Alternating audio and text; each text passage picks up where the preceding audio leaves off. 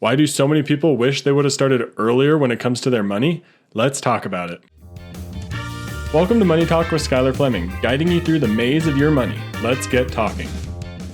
In today's episode, we're diving into the crucial topic of financial organization with Kari Polasek. Join us as Kari unveils the timeless advantages of starting early on your financial journey and explores the ease of building rather than breaking financial habits. We'll discuss the practical steps to organizing your money, from budgeting essentials to the power of saving first, to leveraging why workplace benefits can provide you with a great head start. We're also going to discuss the valuable insights that technology can bring when you use it wisely, and why being financially organized can transform emergencies into mere inconveniences. Whether you're a financial novice or a seasoned pro, this episode is going to have some great takeaways for you. And it's going to be a really great one for you to listen to and especially to share with a friend and have a money talk from today's episode. So if you've ever wondered the significance of time in financial planning, strategies to kickstart your money organization, and the role of technology in managing it effectively, don't miss today's insightful conversation. Today's episode is going to help you gain practical wisdom and set yourself on the path to a lifetime of financial success. The money talking points for today's episode are: where do you feel you should be with your money? And 2, where do you feel like you're lacking control with your money? With those money talking points in mind, let's get right into today's episode.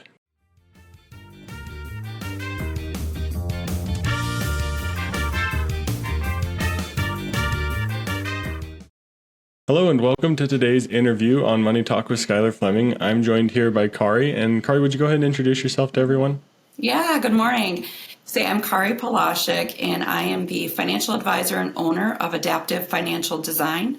I have been in the finance industry since the good year of 2007 and just recently opened my own practice. Before I jump in, I just want to say that the information that I'm about to share is educational and general in nature and does not take into consideration you, the listeners' personal circumstances. Therefore, it is not intended to be a substitute for specific individualized financial, legal, or tax advice. To determine which strategies or investments may be suitable for you, consult the appropriate qualified professional prior to making a final decision. So I had to get that out there. No, you're good. Hopefully everyone knows, but if they've been listening to Money Podcasts for any sort of time, you hear that all the time. So No problem there. But I'm excited for our conversation today. The episode is centered around you're an adult now. This is for people who are maybe just getting started. And you often hear people say, oh, I'm an adult now. Now I got to do things like taxes and stuff that I've never been taught before. But we're going to kind of teach them a little bit about it and getting started early and the benefit of it.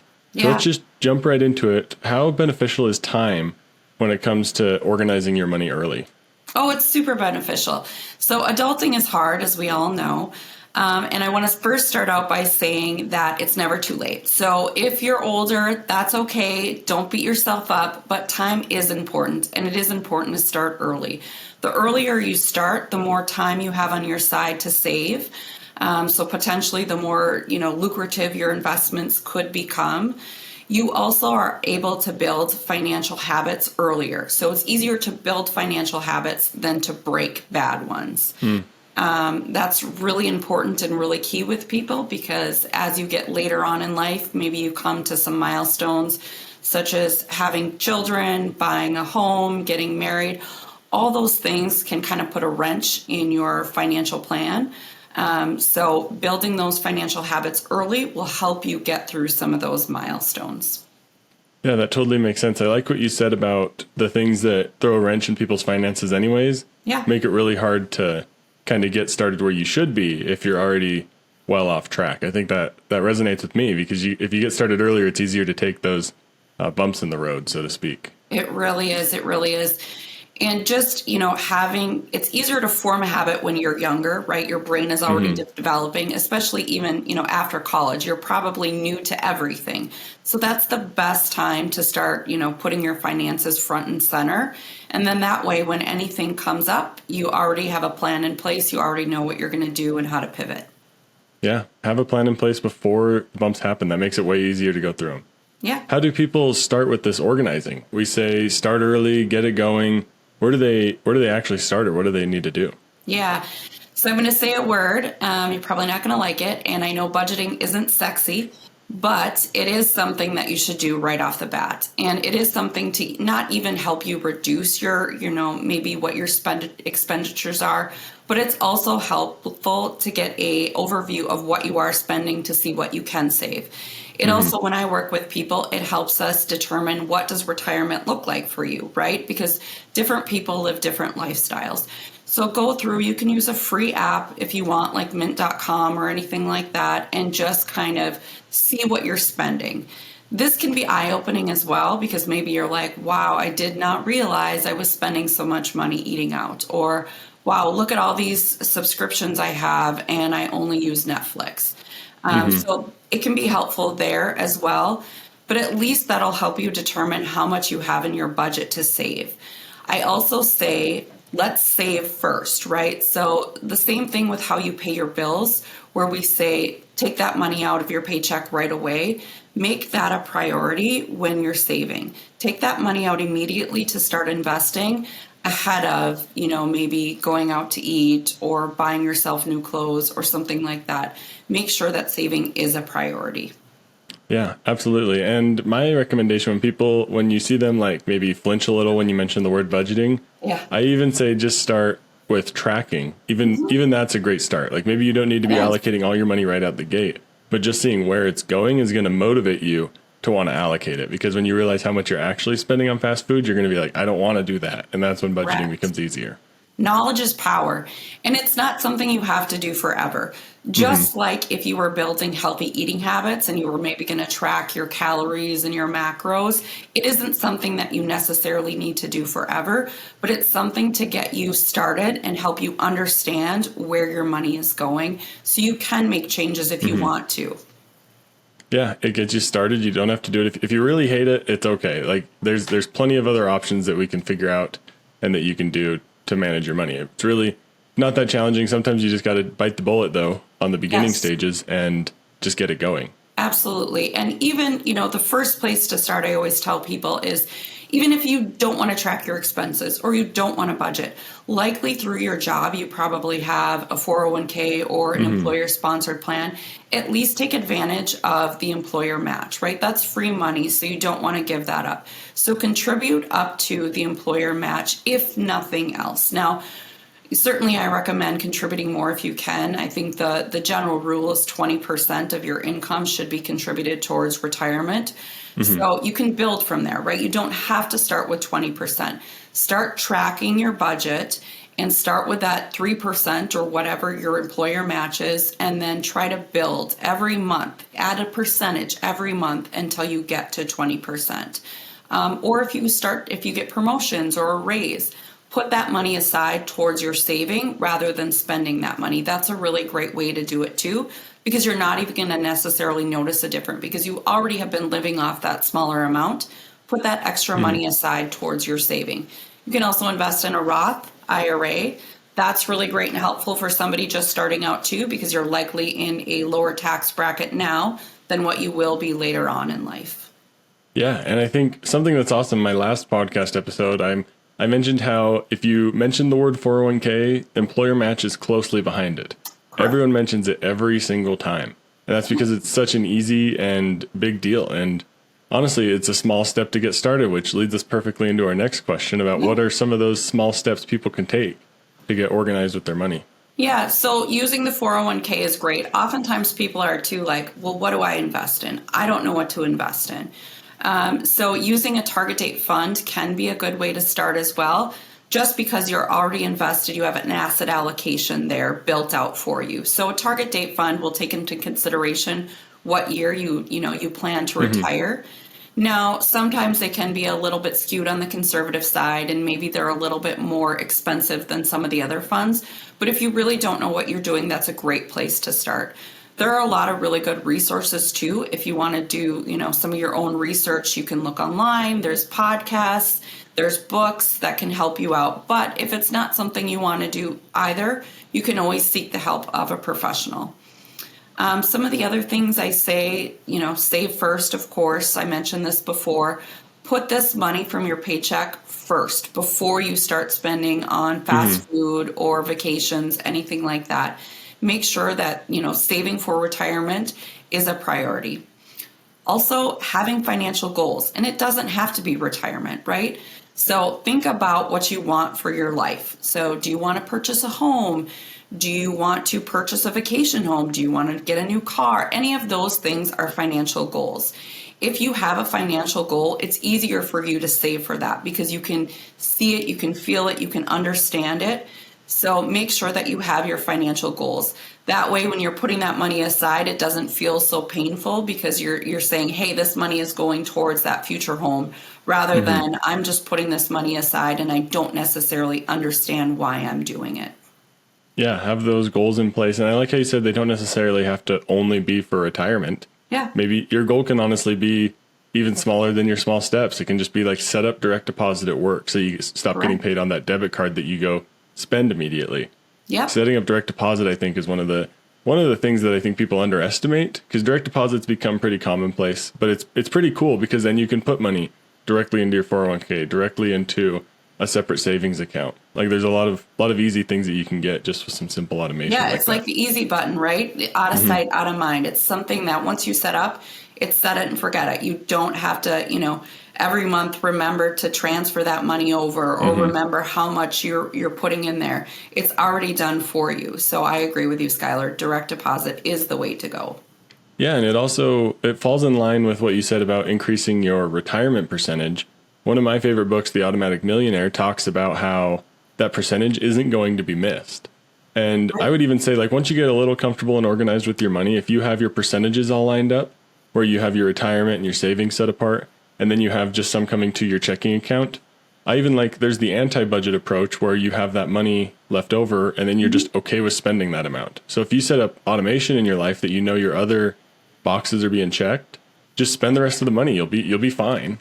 Right. As long as you have your percentages set up, like you mentioned, that's another way to do it as well. Just make sure that you're setting that up ahead of time. And then anything you have left over is, free for you to spend. Yeah. Yeah. Which is hard to say for me. Like I love spending money and looking at the numbers and stuff. But like really, if you hate budgeting, the whole anti-budget approach of only give yourself the amount you want to spend and then just spend it, you'll be fine. You'll be okay. And I love that. You can back into it. Does technology offer disorganization or can it be used to manage our money well? Are people just more disorganized than ever because of all our tech products and stuff? Or what is your thought on using tech to get organized? Possibly. Just think how long it took us to actually get on this podcast here. Yeah. No, I'm a big proponent of technology. I think it's really great and really helpful. With that being said, there's something to be said about putting, pen to paper too.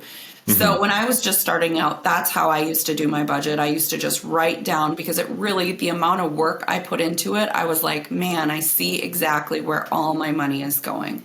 But you don't have to use that. There's certainly lots of apps out there. There's software out there that can help you model what it looks like. If you're saving a certain percentage, how much will you have for retirement? There's a ton of really useful tools out there.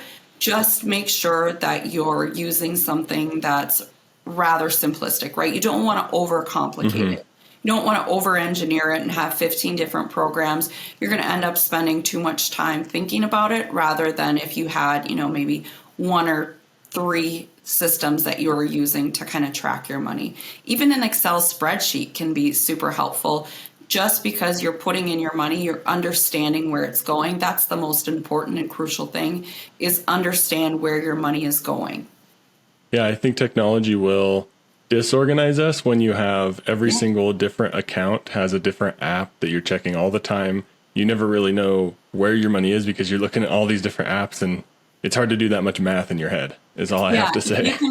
If you can consolidate it, and that's why I suggest using, and again, I'm not saying Mint is the only app out there, but something that pulls all the accounts into one spot, one central hub, that can be helpful for you too, because then you can track all your balances of all your accounts and you can see all your expenditures in one spot. So definitely maybe using something as a consolidation method is helpful. Again, could be pencil and paper, could be Excel, could be Mint or a similar product.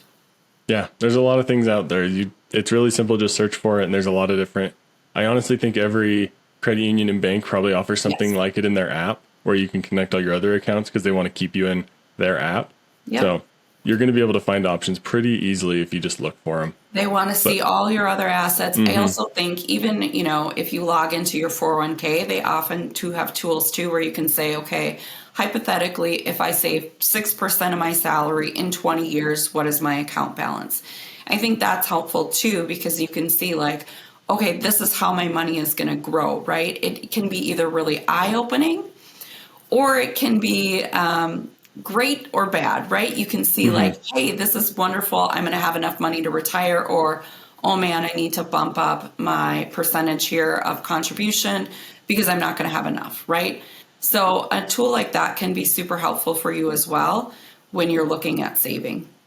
Yeah. And whether it's good or bad, I think once you see that number and start to see those numbers come together, it's just ultimately motivating, because either you're like, yes, we're on track and we're doing it right, or you say, oh, we're not. And then that lights a little bit of a fire under you. So getting organized in that way can be helpful. Yeah, awesome. Absolutely. How does organization help in times of emergency? If everything's going wrong, how can maybe having all your accounts in one place be helpful, or all these other ways we're talking about getting started? Yeah, so just think of how stressful it can be when an emergency pops up. Maybe your car breaks down, your roof springs a leak, something like that. The last thing you want to think about is, where am I going to get the money from, right? So having that emergency fund set aside, and that's something that, I talk about with my clients, is having 3 to 6 month worth of expenses set aside for an emergency. So how do you even know what your expenses are if you're not tracking your expenses? How do you know what you spend in a month, right? So making sure you're understanding what 3 to 6 months worth of expenses is, and then setting that money aside in an emergency fund. That way, when your car does break down, and it will, or something happens, you know exactly where to go to get those funds, and it's one less thing to think about. Always having a resource to tap into, and we talk about worst case scenarios in financial planning always, because you should plan for the worst and expect the best, right? So we plan for what if, this happens and this happens, and we build out those scenarios, and then we hope that it doesn't. But when something then trivial happens, it makes it less of a big deal, and the last thing you're worried about is money, right? You can worry about getting that fixed, getting quotes, whatever you need to do to kind of move forward. So always recommend having an emergency fund set aside, as well as, worst case scenario, what am I going to do? How am I going to tap into my funds? Yeah, I like to say that when you have like a real emergency fund in place, it makes people realize that so many things aren't really emergencies. But if you don't know where your money is, everything's an emergency. Like your TV going out is a major emergency, because now you can't watch anything, but it's $300 or $400. When in reality, $300 or $400 isn't that much money if you need to go buy a TV. And then you have that savings there, it just makes you a whole lot more comfortable when little things happen. Absolutely. Reduces your stress. It does. So why do people tend to avoid managing their money? We've listed some great reasons of why you should get started, why it's important, how it helps you during emergency. Why don't people do this? I think ignorance is bliss, right? So money is very personal. I had a mentor once tell me that finances are as personal as your dirty laundry. So imagine having a stranger go through your dirty laundry, right? That's pretty embarrassing. And so I think money and finances are kind of the same thing. So people, feel like they should innately know how to do finances, even though it's something that they're not taught. And that's not the case. So I think, that can be a hurdle for people, is just, hey, I don't know. Most people don't know, and that's okay. So you can either listen to a podcast, read a book, meet with a financial professional. Any of those things can help you kind of right your ship, right? Also learning from past mistakes. So I think sometimes people get tripped up, and if they make a bad financial decision, they're stuck on that forever and they beat themselves up. Don't beat yourself up. Everybody makes financial mistakes. Just use it as a learning experience. Oftentimes I see people too that keep repeating the same financial mistakes. So whether it be they invested all their money in, one stock and they lost all their money, so then they decide they're going to do it again with a different stock. I mean, learn from your mistake that asset allocation would probably be more beneficial. And if you want to invest in one stock because you truly believe in it, that's okay. Just don't use all of your money, right? Only use what you feel like you can lose. So those are some of the reasons why I feel like people don't get started, or it's too much to think about, right? It's too big of a problem. Retirement is too far away. But that's why you should start. Retirement is far away, and it's going to be far easier if you start now than if you start 10 years from now. It's better to do it now and do it in baby steps than be, 5 years from retirement and say, hey, I haven't even started yet. And then, how does retirement look if you haven't started yet? Probably not great. So just something to kind of baby step into, implement those small healthy habits right away, and then continue to build on there. It's easier than overhauling everything later on in life. Mm-hmm. Yeah, and compound interest calculators can be motivational no matter where you are, because if, like we're saying, if you're further down the line, it's going to help light that fire under you. But if you're in your 20s or younger, a motivational calculator, now a compound interest calculator is going to really show you all the time you have and how just putting that little bit away is all you need. Absolutely. And if you're saving monthly or even bi-monthly, you're going to take advantage of market lows. It's so hard to time the market. It's nearly impossible. But if you are investing just, every month, every 2 weeks, that can really help your strategy as well, because the market is cyclical. It's going to be up and it's going to be down, and you're going to have the time to invest in a lot of down markets if you're investing 24 times a year over 20 years. Just think about all the times that the market is potentially down in those times. And, when the market's down, I know it's maybe a little bit counterintuitive, but that is the best time to invest because things are on sale. So when you see the market go down, maybe if you have some extra cash flow, it would be a good time to put it in the market. Yeah, I heard someone jokingly say, talking about all-time lows in the stock market, how that doesn't really happen. You always hear about all-time highs. While it does go down in between those points, it's always coming back up and setting an all-time high. So it is. It's going to get there. Buy it while it's on sale. That's an awesome tip. If you take nothing away from this podcast, just buy the stock market when it's on sale. Buy it on sale.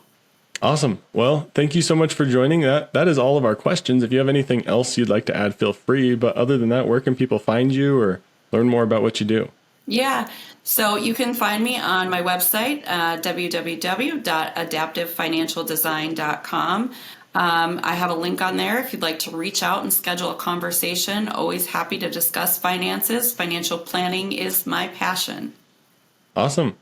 Thank you so much for joining. This was a fun conversation. All right. Thanks so much, Skylar.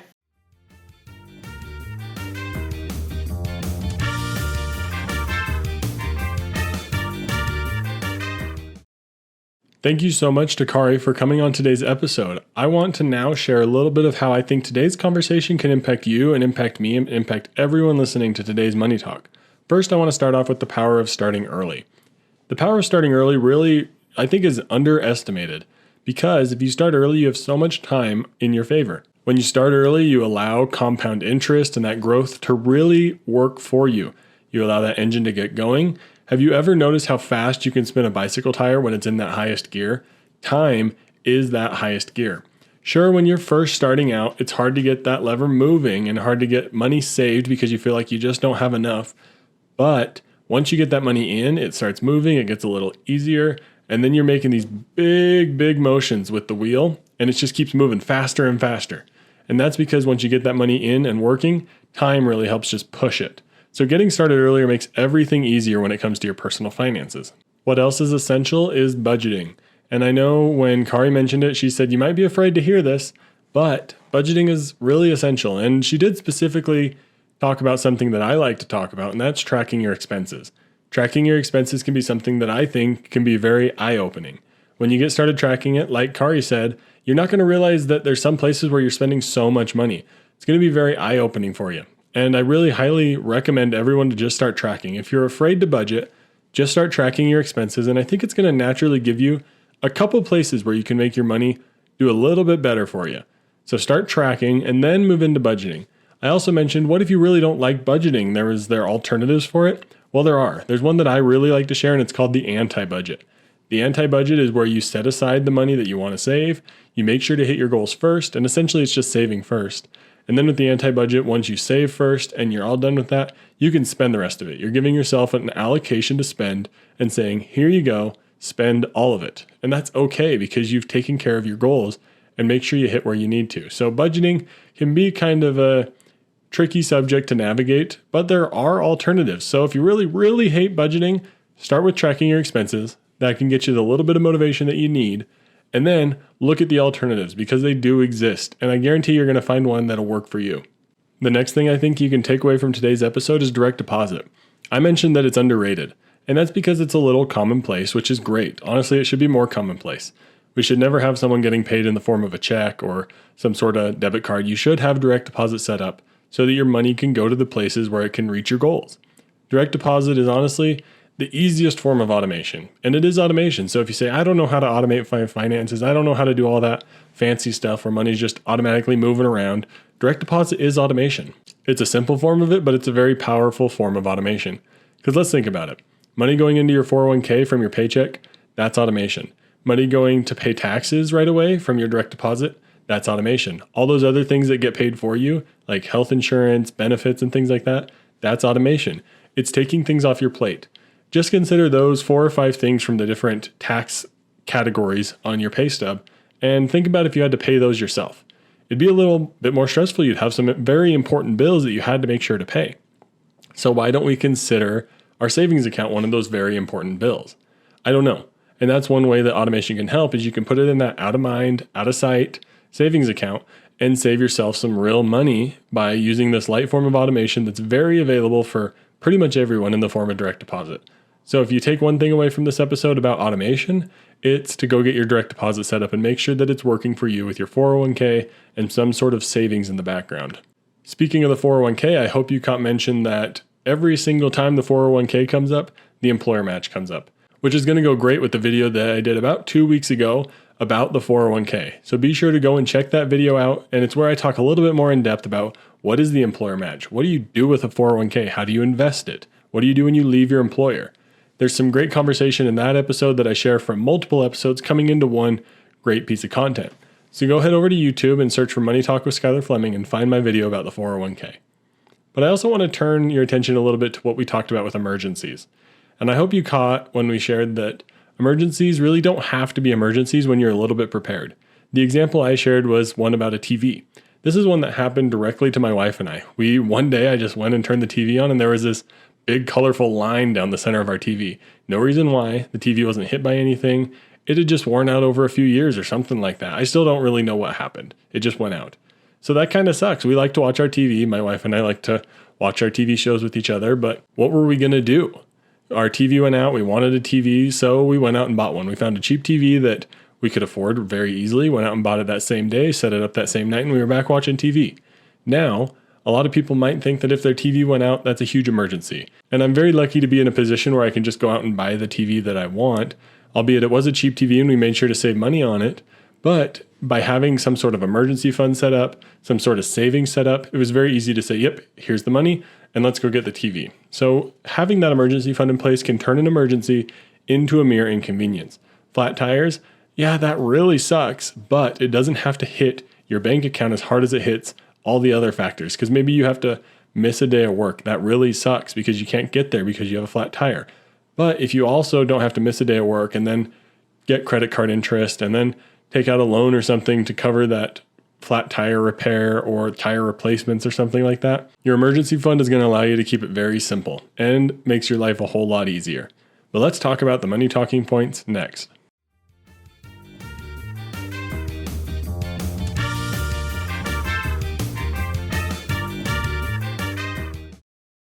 The first money talking point is, where do you feel you should be with your money? And this is one that I kind of want you to reflect on. Where do I feel like I should be with my money?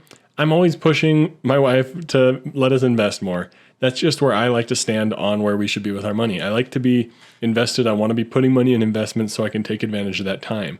But my wife wisely reminds me that we also have to enjoy what we're doing now. So where do you feel like you should be with your money? Is there a point you feel like you're almost to and you need to get to? Or do you feel like you need to get out of debt? This is one that can cause some great money talks with friends. So go have this conversation and be like, hey, where do you feel like you should be with your money? Is there something that you feel like you need to be doing? And then you can both learn about it together. How awesome would that be for you both to figure out, hey, we need to get to this point with our finances, and then you go on that journey together. That's awesome. The second money talking point is, where do you feel like you're lacking control with your money? This can be in a lot of places. This can be in spending. This can be in investing. This can be maybe your work isn't secure, and so that's putting some financial strain on your finances. So think about where you lack control and then go learn a little bit about how to get that control, or shoot me an email. I'd be happy to talk about your financial situation with you and maybe even have you on as a guest, which I'm going to talk about as we wrap up today's episode.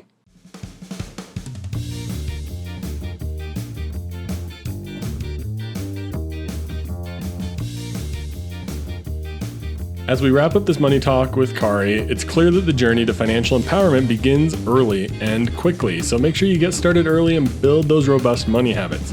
We've explored the fundamental role of budgeting, the power of saving first, the practical steps to organize your finances, whether it includes a 401k, setting clear financial goals, utilizing technology wisely. Each topic we discussed is a compass that's going to help you guide your life towards financial success. And remember that emergencies don't have to be these big events in your life. They can be mere inconveniences. And that's only when you have a proper emergency fund and you're armed with that organization that you learned about in today's episode. You can overcome the common pitfalls of financial management and personal finances, learn from your mistakes, and get started small. Make sure you go and share today's episode and have a money talk with a friend about it so you can both learn and do better with money together. Thank you so much for each one of you for listening to today's episode of Money Talk with Skylar Fleming. I'm looking to start connecting with my audience more, and that means I want to have money talks with you. No matter what your financial story is, whether it's something big or something small, I want to hear from everyday people and talk to you about how you learned about money, how you manage your money, and what you do with your money that really makes it so much fun. And that's what's so fun to talk about, so that we can all learn about money together. Let me know if you want to come on the podcast, or if you know someone who would be a great guest, by sending me an email. My email's in the show notes, or it's moneytalk@skylarfleming.com. And I'm looking forward to hearing from some of you, but also be sure to head over to YouTube and check out the extra content that I'm putting together that's based around some of the topics that stand out from each episode. Thank you for listening to Money Talk with Skylar Fleming. I'm your host, Skylar Fleming. Have a great week. Thank you for listening to Money Talk with Skylar Fleming. This show is provided for informational and entertainment purposes and may not be specific to your unique situation. Please be sure to do additional research before making any financial decisions.